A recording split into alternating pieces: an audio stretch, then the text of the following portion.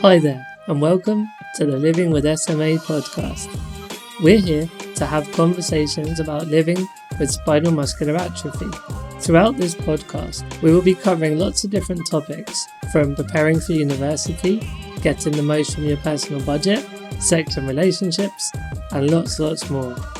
So we invite different hosts from across the SMA community to come together here. We want to answer your questions, provide you with useful tips and recommendations, and also share personal stories. So please do reach out and connect with us here at the charity SMA UK. Thank you for listening, and we hope you find the podcast useful. So, hi everyone, and welcome back to the Living with SMA podcast. I'm Mia Myers, and I'll be hosting this episode. And today's discussion is all about periods and how to manage them. So, what everybody's been waiting for from this series. But there's a lot we can talk about, but we're going to focus more generally on our early experiences of periods, different methods for managing them, period symptoms and pain, because that is obviously a very big element of this whole situation. And then gynecological health very briefly, and then how our SMA will relate to all of these things as we go along. And as with most episodes across these podcast episodes, we'll discuss our own experiences, which are unlikely to be true of every person who has periods or has SMA. So just to bear that in mind whilst you're listening. But really, we just hope that this discussion will be a useful resource for people with SMA who need to manage their periods, and anyone more generally who's interested. And I do think that the topic of periods is something pretty taboo in society and not really spoken about enough. So hopefully our chat today will be a small part of widening discussion of this topic, because although periods are a pain in more ways than one, they're very normal and they're very common. So we need to make sure that we talk about it. So joining me for this episode, we have Beth and Jordan. And would you like to introduce yourselves? Jordan, do you want to go first? Yep. So my name's Jordan. I'm 24. I live in the southwest of England, and I have SMA type 2. Great. And Beth? Hi, I'm Beth. I'm 25. I live in southwest too, down in Cornwall, and I have type 2 as well. Cool. And just to add, so I'm Mia, I'm 19, and I have SMA type 3, and I sort of live around the Oxfordshire area, out in the sticks, in the countryside, in the middle of nowhere. But we've got a lot of ground to cover, so let's just jump right in with our first question, which is, what is it like, or was it like, when you got your first period? I don't know who wants to take that first. Shall I? I'll go first.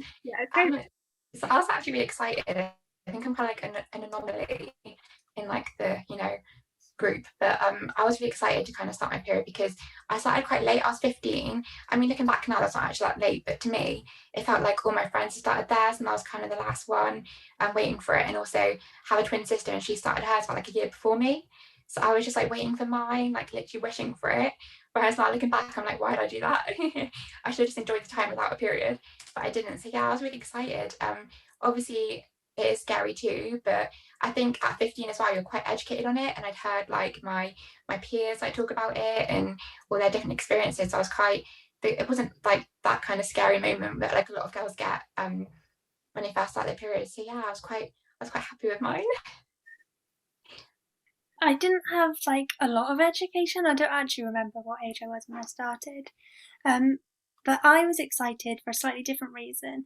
And I don't know if other girls have felt this way as well, but it was nice to have something normal in my life. Like, to have a period was something that all the other girls were doing and I could join into. But I was scared about how I was going to manage it and what it would actually look like, because you have no idea, do you, how heavy you're going to be and stuff like that. So it's nice to kind of like meet a milestone that everyone else is too, because obviously we're kind of used to like not really hitting those milestones that other people do, but that was one that we could actually join in with. I definitely relate to that as well. It's probably something which I appreciated more as I've gotten a bit older, because I started when I was 13, and luckily I wasn't at school, which I think is something that not everyone can say, and it is a bit overwhelming when you start. It's quite a strange thing to experience for the first time. So it was nice that I was with, my mum was helping me at the time. It wasn't with my PAs, which is maybe something we can come back to a bit more later. But I agree, it's a massive milestone in all of our lives. It's a big deal. And the fact that we can share it with our peers is not something that we're always able to do. So yeah, that's a very positive way to look at it. So I suppose we've touched on this a bit already, but do you think your experience of your first period was different because of your SMA? I don't really think mine was at all. I mean, it's kind of difficult because a period's a period. Like, I don't really think there's any really difference to anyone else. But then, I don't know, I'm quite like an open person anyway. I guess the only thing you kind of like say is different is the fact that a lot of people have to know about it. I mean, it's not really any privacy with us having carers, us having personal assistants. There's not really any kind of like glamour to it. Everyone kind of knows what's going on. There's just no way of hiding it. But I'm quite open anyway in that sense, so I didn't really mind that much. And again, because I was older, I kind of was prepared for that. But I guess when you're younger, that's kind of a whole new kind of obstacle to face. Yeah, how about you, Jordan? So there was the practical side of it. I wasn't really sure how hoisting and stuff would go, if you're also bleeding at the same time, or how to get your, like, I used to do all of my clothing changes in my chair. There's no way you could get a pad up in the right place in your wheelchair. So in that way it was a bit different. But also when I started, my mum put a little note in my bag so I could give it to my TAs at school, like, Jordan started her period, she's got some pads and she'll need some help. And then we had to create this whole new routine that I wasn't prepared for at school. It obviously goes well because you have to adapt, and you do become more open about things like that as you get older. So it was manageable in the end. Yeah, I agree. And I think you've both touched on something that was a big deal for me. I suppose periods is a very, very personal experience, but it's not necessarily something that you want to share with everyone. But I think definitely with my experience, and it sounds like with yours as well, you don't really have a choice about it being kept private until you want to share it with everyone. It's more a necessity that other people have to know. So I think that was definitely the biggest change. But yeah, overall, as you said, Beth, there aren't too many differences. I think for everybody, whether you have SMA or not, having a period is a bit of a faff. It's a bit annoying more than anything. And just as you were saying, Jordan, you just have to find your way of adapting, which is what we're pretty good at. It's something we've had to do our whole lives. So yeah, it's just working out what works for us. So leading on from that, what advice would you give to young people to prepare them for starting their period? Beth, do you want to go? Yeah, of course. I would just say not to be embarrassed. I think it's such like an embarrassing moment for anyone, but everyone gets them. Like it's such a taboo thing, like you said earlier, but honestly, like every person who has a vagina has periods. So like it's not, you don't need to be embarrassed about it. And like obviously it's new to you, but it's not new to the world. So yeah, it's just not to be embarrassed, really. Yeah, definitely. Jordan? And I guess with the fact that you don't need to be embarrassed, but also you don't have to get it right straight away. Mm-hmm. You won't always know exactly how you want to manage your period until you've tried out all the different things out there. So yeah, just to be open to different ways of managing it. Yeah, definitely. And this next question is a little bit personal, so feel free to say as much or as little as you want to.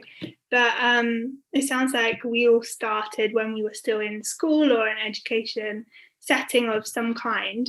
How did you manage your periods when you were in that environment? So I really struggled with toileting in general in school. I never used to use a bathroom because my school were horrific with continuity of whoever was helping me. I used to have a different PA every single day, take me to the bathroom. So obviously when I used to hold like the toilet the whole time I was at school. When I started my period, obviously I couldn't really do that anymore. I needed to kind of change and wash and clean. My school did fit a bidet toilet in, which I think was such a key like tool to helping me like stay clean, helping me stay like hygienic. But yeah, again, I really struggled with like having the TAs do things for me, I think, at that age, because it is embarrassing. Like I just said, like you shouldn't be embarrassed, but it is difficult, especially when that TA doesn't have the same kind of attitude and they might be a bit like reserved about it. Like it's really important that like they're open to, but because I never knew who I was going to have that day, I was really bad with it. I'd wear a pad in the morning, kind of, it's really grim, but I just keep the one in the whole time because I just didn't know who I was going to have like that day. It's quite sad actually. That must have been so stressful, because Yeah. I had the same two TAs. They job shared, but we met up for a toilet break every day. Okay. So I had a really good relationship with them, and that way they could sort of guide me through how to deal with situations like that. But that did change for me when I went to sixth form. I didn't have a good bond with my TAs to begin with, but I also didn't like missing out on too much of class time. Mm-hmm. And obviously dealing with a period takes an extra few minutes, or it wasn't compatible. So I would do the same. I'd wear one pad throughout the day just because it was less stressful than making that time to change it. Mm-hmm. Yeah, I agree as well. It does take time, but also your PAs make a massive difference to how comfortable you feel dealing with it. And I think that's the case before you start your period, if you're not on your period, because it is quite a personal thing to have someone help you in that way. And when you don't have a good bond with them, I don't know about you, but I can just not go for ages, because that's better than having that uncomfortable feeling of someone supporting you when you just really don't want them to be there. But yeah, when I started my period, it was around the time that I stopped walking fully. And that was probably not the best timing, because then I was even more resistant to people having to help me more, because it still was an adjustment on top of another adjustment I was making. And I don't know about you or if you experience this as well, but a very well-known period symptom is people getting a bit hormonal. I know we don't really talk about it, but things do get on top of you a bit easier than they would have before. Things irritate you more than they might have on another day. And I definitely have that experience of being on my period and just being so frustrated with having to have that kind of support, because I'm hormonal as well as everything else. So yeah, that's not the best, but there's definitely ways that you can manage things to make it less stressful. And as you were saying, Beth, it is in the end of the day a matter of hygiene to be able to look after yourself. And I've definitely done that when you just don't change because there aren't the facilities to do that. Yeah. So yeah, leading on from that, I suppose when you go out and about, there aren't often toilets that are accessible to you. So when you're on your period, how do you deal with that? Do you just leave things in, or do you have a different method of planning your day around your period? So I've started using period pants, which honestly I think godsend. I'm obsessed. And I just like keep the same ones on all day. So I have a super pubic catheter, so I can just go for a wee whenever I need to. I don't necessarily need like a hoist or like a bed or anything. So I'm quite lucky in that sense that I could just kind of stick the pants on in the morning, and they're a lot better than kind of, or to me anyway, in my opinion, compared to a pad, because I just feel so much more like they kind of like soak up more. That sounds so gross, but like they hold in more, and you don't feel as if like you've got like a pad on you all the time. So to me that kind of works really well when I'm out and about. I just get a pair of period pants on, and yeah, I feel kind of clean most of the day. It just depends how heavy you are, really. I mean, when I'm on like really heavy days, I'll just stay at home. I literally like you were saying, hormonal, I just cry in my room. I get really angry with everyone. I just stay there all day eating chocolate. So yeah, it depends really. I think it kind of goes hand in hand with toileting anyway. So in the wider world, I can't use the facilities because they don't have hoists and stuff anyway. So I wouldn't have been out using my, on my period to go to the toilet and things like that. But period pants weren't really around when I was a teen and when I had a period, because I have since decided to go on the mini contraceptive pill so that I don't have periods anymore. And that was because I could then go out and have that sort of freedom without having to worry about anything. Yeah, when I was 17, I had a marina coil fitted, and had that up until I was 22, for 5 years. I had a lot of like side effects from it. It wasn't great, but like you just said, I had no periods whatsoever. So actually, I just remembered that I didn't really have to kind of think about that until recently, when period pants are a thing. So that's great. Yeah, so would you both say that you've trialed lots of different methods for managing your periods? Yeah. Definitely. And which ones would you say have worked best? Which ones would you avoid? I mean, it kind of depends on like you as a person, really. Like I said earlier, I'm so open, so I need like full help with from my carers and stuff with personal care. But I tried tampons, and for me, I think tampons work really, really, really well.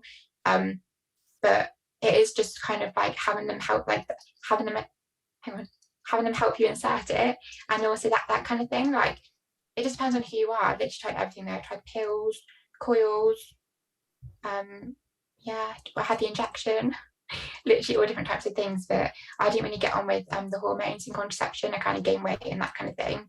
So I just had a copper coil fitted, and that's really, really helped. But yeah, it's just kind of trial and error, really, just seeing what works for you. Because I wasn't ever brave enough to ask a PA to help me with a tampon. So I just did pads, and I was like, I can't live like this. And Yeah, the pill worked for me. So it was a special person that I had to ask, like literally someone that worked me for like years. I was like, okay, I'm going to bite the bullet and try it. And they really worked. But obviously, then your team changes and you get new people in, and it's just like trying to build that relationship again with someone to help you do that. And I haven't done it in a couple of years. But that was when I was about 20, like when Hammer were taken out. Yeah. And I think that's interesting because obviously how we manage our periods has to change over time, not just because we change, our preferences change, our PA teams change, and periods do disrupt your life.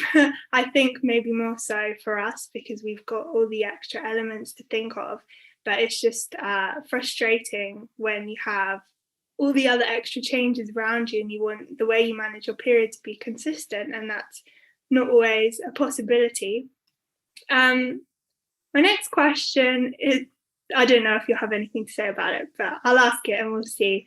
I once started my period in hospital when I wasn't able to use the toilet as I normally would. Have you ever had your period when you've been in hospital, and how did you deal with that?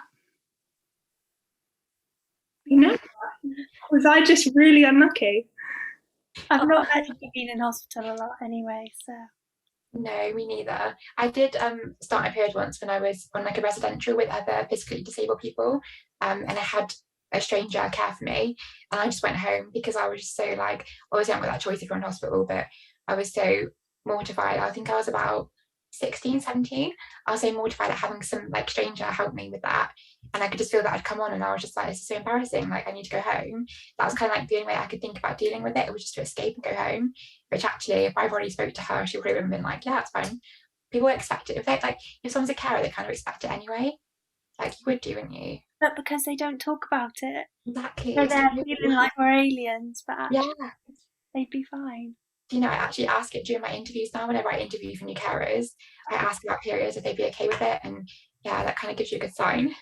That's a really good idea, actually. It's not something I've ever thought of bringing up. Yeah, I ask so many different questions. It's awful. It feels so uncomfortable. No, it's good because you've got to weed them out, haven't you? Exactly.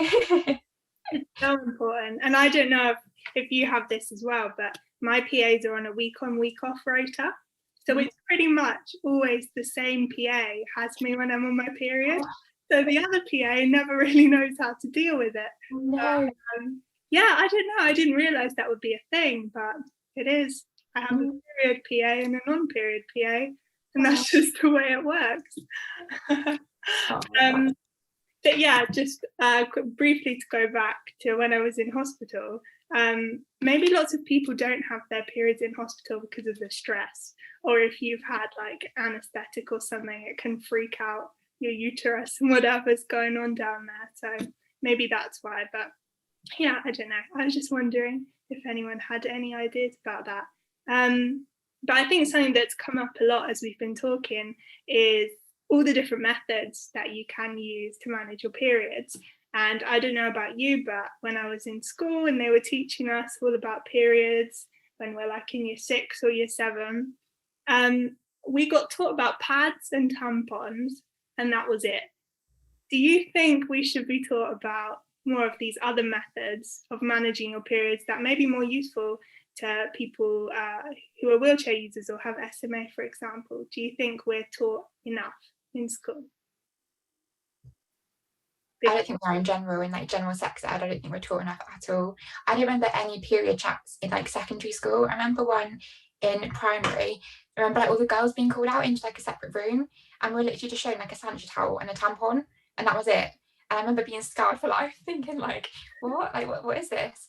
But then in secondary school, I don't remember any sex ed whatsoever. And yeah, it would be great to kind of show more different products that are available in the market and not just a tampon and a sanitary towel. Yeah, because there's a lot more out there now than there used to be. But also from a disability perspective, none of our sex ed is tailored to people with disabilities or people with varying level of physical ability. Because obviously there's no way I'd be able to do a tampon, but I might be able to do a pad on my own. So it's things like that they wouldn't have even mentioned it, I don't think. No, and it's even like talking about contraception as a form of managing your periods and not just using that as contraception. That's a really good point. Yeah, and these are all things which are so important for everyone to be educated on, and I just agree with you. I don't think we're told enough about it, and yeah, it would save lots of people lots of frustration of trying to struggle through using pads if they knew that you can use this pill as a way to manage your periods rather than just contraception. I think that's so true. So we've spoken about this a bit before already, but now how do you manage your periods? What's your method of choice at the moment? Beth, you said period pants work for you? Yeah, they work really well. I kind of alternate between period pants and pads. It literally depends on which care I have on that day, because obviously putting a pad in the right place is really difficult and making it stay there is really hard. So if I have like someone new, then I kind of tend to go for period pants because you can't really fail with those, they're just pants. But I also have a copper coil fitted, so that makes my periods extra heavy, it sucks, but it's working. But yeah, so I use period pants and pads, like a mixture. Cool. And Jordan? I'm on the mini pill. I don't remember which one it is. It's called the desogestrel one, which means I take it continually. I don't have a break and I never have a period. I actually decided to go on to it because I was going on a holiday with my dad, and it's just my dad and my sister and I. So I went to the doctor and I was like, I really can't be on my period this week that I'm away. What can you do? So we actually did there's a temporary one that they can give you, and then I had a cycle, and then I've been on this one for a few years now. Cool. Yeah, it's just you have to find what works for you, and if you stumble across it that way, at least you stumble across it, but we should all have the information before then anyway to be able to make that decision. But yeah, I relate to the slight awkwardness with your dad or my dad. I remember after spinal surgery, I went for a checkup meeting, and it was me, and I was 12 at the time.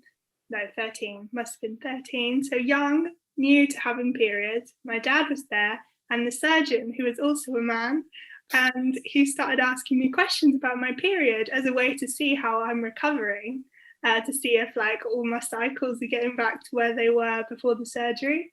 And it was slightly awkward to be talking about your period with a surgeon and your dad, but yeah, it was okay. But yeah, so I manage my periods. I use pads. I'm very open to going on the pill in the future, but for now, whilst I can, I just want to avoid taking tablets and things as much as possible, just personally. But it is a faff, it is a pain. I find a way to keep the pad in a good place. 2 pairs of pants, game changer. Yes, just double up on the pants, get some funky leggings. Start with black and then you can go to like camo as you move along the cycle. But yeah, that's worked quite well for me. I've also started tracking my period, which I never really used to do, but just using an app on my phone, and that's been quite helpful because I'm always think I'm due like the week before I actually start, and it's just annoying. And then I also do that thing where I let myself eat whatever I want because I'm due my period, and then your period doesn't come for a week and you've just been eating rubbish.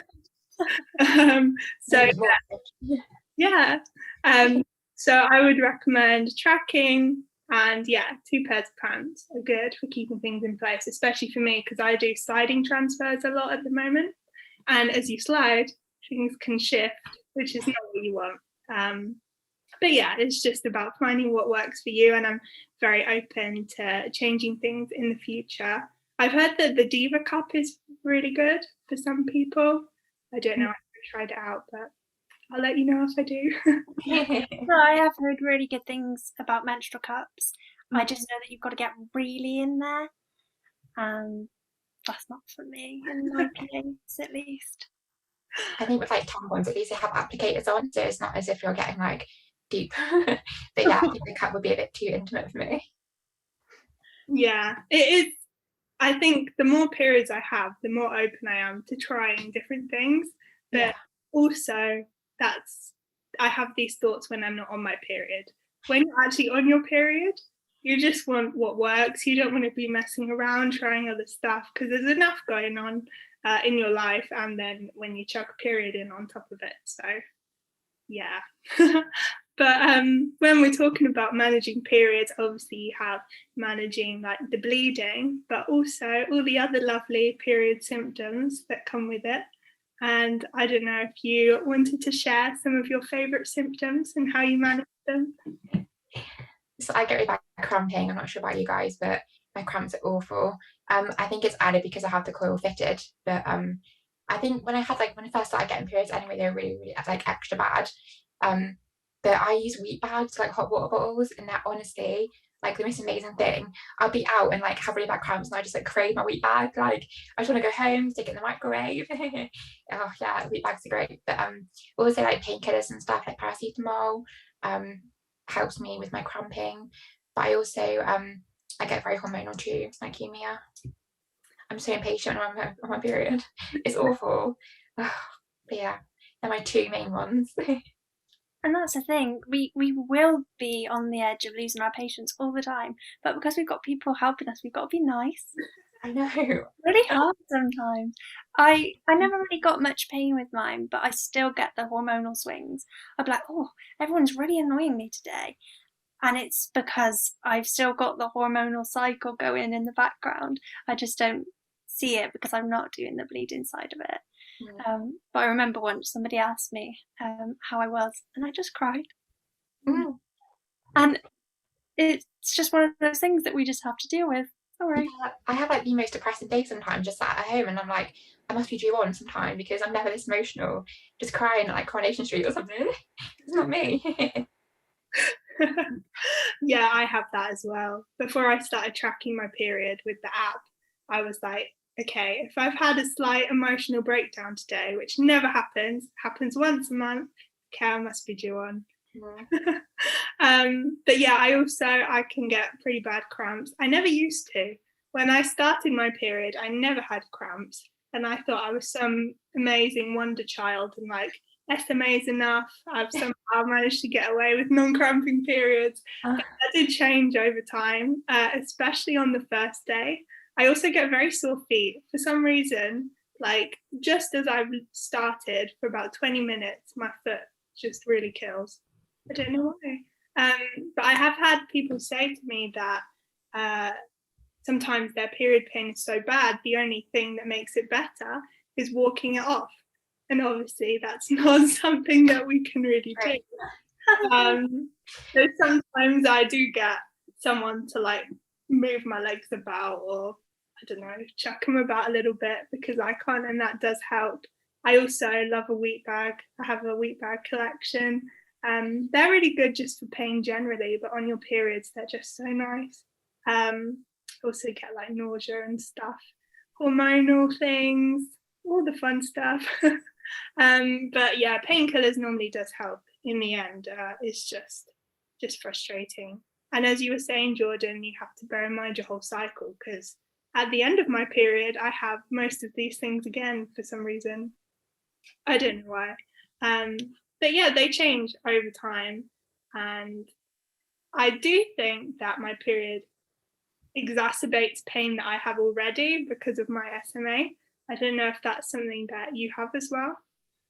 I used to get like really bad back pain on my period when I first started. I don't really get it so much anymore. It's usually just like my lower stomach. But yeah, I used to, where like my lordosis was, it used to ache extra bad when I was on my period. Yeah, I don't know if that was happened to you guys. Yeah, definitely, that happened to me. And it still does now. When I'm feeling my extra hormonal, I also have backache at the same time. So that's just be part of it. Yeah, and I think I'm just used to my back hurting. I have been my whole life, so I didn't always necessarily notice it. But then when you realise that it gets more sore around your period, it is nice, because at least you know there's a reason for it and it will go away instead of just being constant. But definitely my back pain gets worse and my hips do get sore.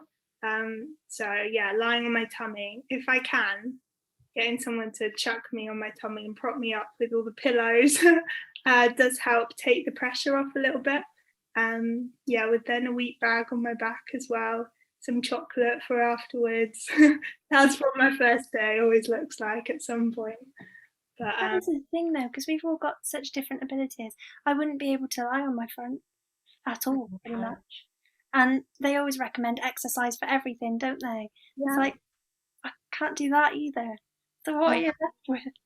I always feel like whenever I have cramping that I need to kind of like stretch it out, and it's so hard to do that because I want to like crawl into like a little ball, like a little baby, or like stretch out on my bed. But it's just so like you don't have enough time in the day to do that. Just to like hoist out your chair, get laid out on the bed, stay there for a little bit of your wheat bag, and then get back in your chair. It's just not like practical really. But yeah, if people that can just walk it off, it's easy. Yeah, and also because getting into those positions, I'm always worried about my pad moving out of place and then things like that. And also getting into the position itself can be painful, especially at the beginning. When I'm on my tummy, I'm really, really tight, and then gradually I loosen a little bit. But yeah, that's fun. Physio and periods all at the same time. Yes, isn't it nice? Aren't we lucky? But still, as we were saying at the beginning, it is nice to have a shared experience that isn't just SMA with other people, at least.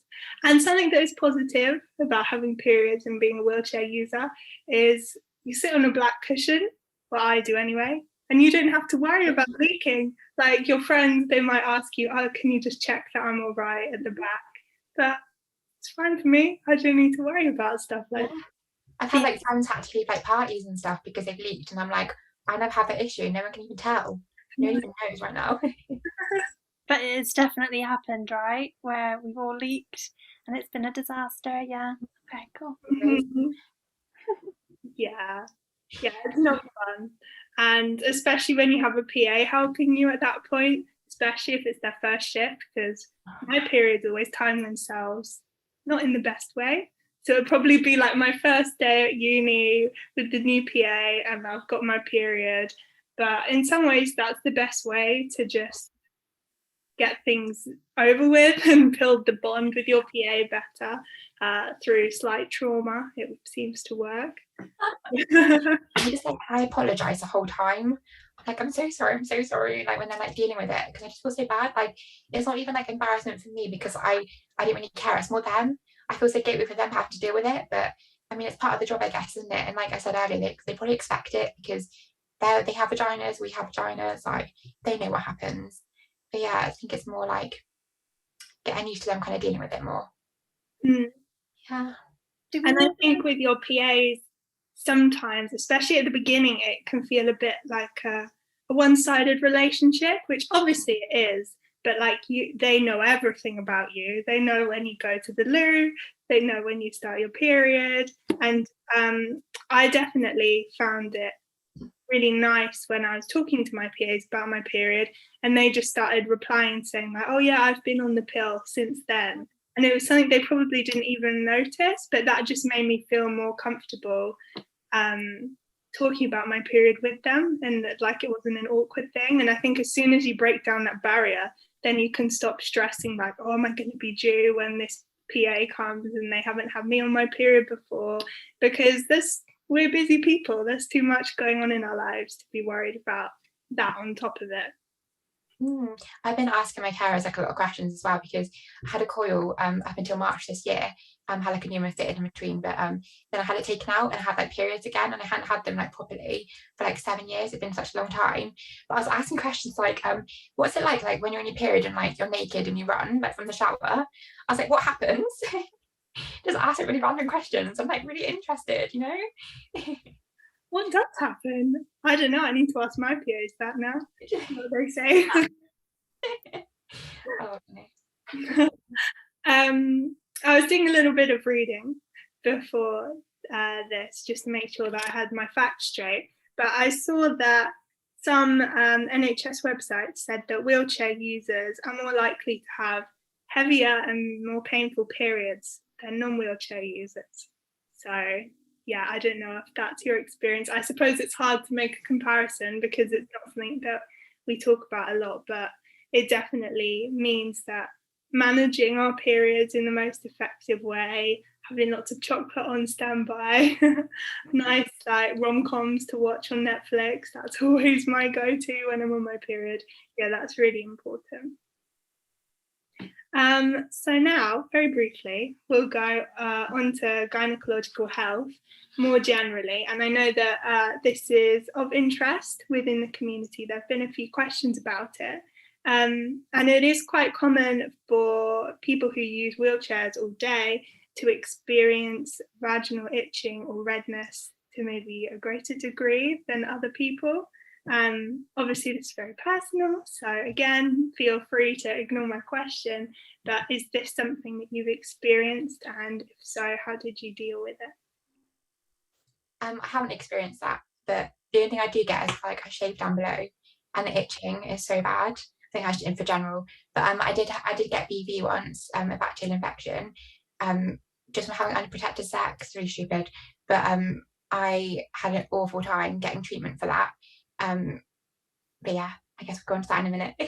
No, go on to it now, that's fine. Yeah. So my general practitioner isn't wheelchair accessible, so they've got wheelchair access, but they haven't got any hoists or any beds that are suitable for like my kind of needs. So I went to the sex clinic, local sex clinic, and they questioned me that I was sexually active because I use a wheelchair. They're very shocked by it. Said that I should do a home test, which obviously means a swab, so I have to get my carer to do a swab for me, which I wanted to go to a sex clinic because I didn't want my carer to do that for me. It's a bit embarrassing. I didn't want my carer to know that I've been having sex. Like, it's such a personal thing that they just expect you to kind of be okay with that, them knowing everything. So then I had the swab done. She even said on the phone, she was like, I'm not going to give you a HIV test because I don't think you need it. She got so like uneducated, it was really bad. I went to PALS and everything like that, and then it came back inconclusive, like I didn't have any results from the test. So I went to my GP again, and she was like, it's just, I don't think you've got anything wrong with you, like we'll give you some antibiotics anyway. Took antibiotics and it cleared up straight away. So it was really difficult just trying to get access that kind of support locally. Like it was awful trying to convince someone that I was sexually active because I use a wheelchair. That was horrific. It was probably the worst experience. It's so bad. You'd think it's 2021, guys. Come on. Even if it wasn't, people should have this awareness. But yeah. And like, if you work in a sex clinic as well, you would see all types of people surely. So you should know that like disabled people have sex. I don't even know how that's even a thought that they don't. It literally confuses me daily, but yeah. In some ways it confuses me, but in others we weren't taught about it either. Yeah, true. We don't see it in media and things like that. I think the new L Word has just shown their first physically disabled person, she's a wheelchair user, actually having sex on screen and stuff like that. So we're not exposed to it, and clearly professionals aren't either. And it's such a shame. I don't know if it's different geographically, but I live in a very sort of rural area, and I don't think they'd have a hoist for me unless I requested it specifically. Yeah, and I think that that is the truth for many GP practices. I've definitely gone and had to transfer onto like the bed just for other medical examinations, and if I didn't have my transfer board, or if I didn't have the upper body strength that I did at the time, I would have just had to miss the appointment, and that's obviously a violation of healthcare rights. And that leads me very nicely onto my next question, so thank you. But I was just thinking, smear tests or vaginal examinations or cervical screenings, so important, but I think lots of wheelchair users, probably lots of people in our SMA community, are put off by the thought of not being able to access the treatment, or not being able to transfer, or healthcare professionals being unprofessional. I don't know if either of you have had experience of anything like this, or smear tests, for example. Yeah, so I turned 25 in December and had my first smear test this year. It wasn't a very good experience. I don't want to like talk about it and kind of put people off, but I guess it kind of people need to be like educated about it. So obviously I said that my GP wasn't accessible when I didn't have the resources that I needed. So I got referred to my local city hospital, and they weren't prepared for me at all. They had a hoist, but they weren't prepared for my kind of level of need. I got on the bed and I wasn't very comfortable because obviously, I don't know about you guys, but my balance is awful. Like I have to be like well supported on a bed. I can't just sit like unaided on the edge of a bed, else I'll just, more like my anxiety, I just feel like I'm gonna fall. Like I probably won't, but I feel like I'm gonna. And I was kind of just like my anxiety was really high talking about it. But they took my underwear off, didn't cover me with a towel or anything, kept leaving the doors open to the waiting area with my legs up in stirrups. Yeah, it was so bad. The lady doing the examination questioned how I even have sex and if I'm even sexually active. Had to get a consultant in who brought in a student doctor who was also male, and didn't even ask for permission. It was honestly a horrific experience, and I was left with bruises on my thighs where they manual handled me, like to try and pull me down the bed. Had massive bruises on down my legs and stuff from that. I'd written like a PALS complaint, but I got kind of bobbed off, which was quite bad. But that's kind of put me off a lot in just smear, like, because the actual smear test itself, it isn't bad. Like girls should not be put off by going to get a smear test. I get that it's embarrassing, and I get that it seems to be painful, but it's not. It's literally the most easiest like procedure ever, and it's horrible that we have to go through such ordeals to get such a like simple treatment or such a simple test. I am really sorry that was your experience. That's no, thank you. So awful, because it's one of those things that is meant to be routine. And to make you, for a start, go to a city hospital is completely out the way. You have to take extra time to do all of that. And then they weren't actually ready for you anyway. It's just a massive letdown. And again, like it was a specialist like gynecology ward, so you think as well that they were prepared for that kind of thing and like all different kind of anatomies and that kind of thing. But yeah, it wasn't great. It makes me worry for the people who then don't want to try and go and get themselves checked out and things like that. Yeah, definitely. It makes me worry as well of people that aren't like, don't have full mental capacity, because I'm just like I could like voice it and they were getting like really like aggressive towards me because I was getting aggressive towards them, but like they were calling me like a princess and saying that I was high maintenance. Yeah, I started crying at one point because it was really painful. This is so depressing, I'm sorry guys, but I was like crying at one point, and she like, a nurse was like, oh, I hope you have waterproof mascara on, like really snidely at me. It was horrific. Yeah, but I was just thinking, if that was somebody there like with even like not as much confidence as I have, they'd be like eaten by that, and that could like literally traumatize them. Yeah. Oh my gosh. Do you think you would go back for your next appointment, or has this really put you off the whole thing? So when I went on Ristaplan, I had to, with my consultant, she enforces the whole contraception thing, that I have to be on contraception to be able to take Ristaplan. And at that time I wasn't on anything, but I didn't want any hormonal contraception because I just gained weight. I'm not a nice person when on hormones. So I opted for the copper coil, and it meant going back to that city hospital to get it fitted, but I refused and just said I want a general anaesthetic to get it fitted, because I just refused to go back there. It wasn't even physical, it was just mental trauma and like emotional. Yeah, I'm terrified of my next smear test. Luckily it's like 5 years away. Yeah, so what would be your advice then to other people with SMA who get their smear invitation through? What would you say to them? it's just being confident and speaking out for your own needs and not letting anyone kind of take control of your body, because you know your body the best. Because the nurse kept telling me that I wasn't going to fall, or like that I was fine, and she dropped my leg several times. But you just got to like be confident with your voice. And I think obviously I annoyed them at the end of it. They weren't very happy with me, but that could have been such a dangerous situation if I hadn't voiced my opinion or voiced my needs. But also take someone with you who knows your care. So I took a long-term PA with me, and she was like in my corner fighting for me. But it was really good that I had her there, because if I didn't have her, I honestly don't know how it would have turned out. Yeah. Oh my gosh, that must have been so stressful.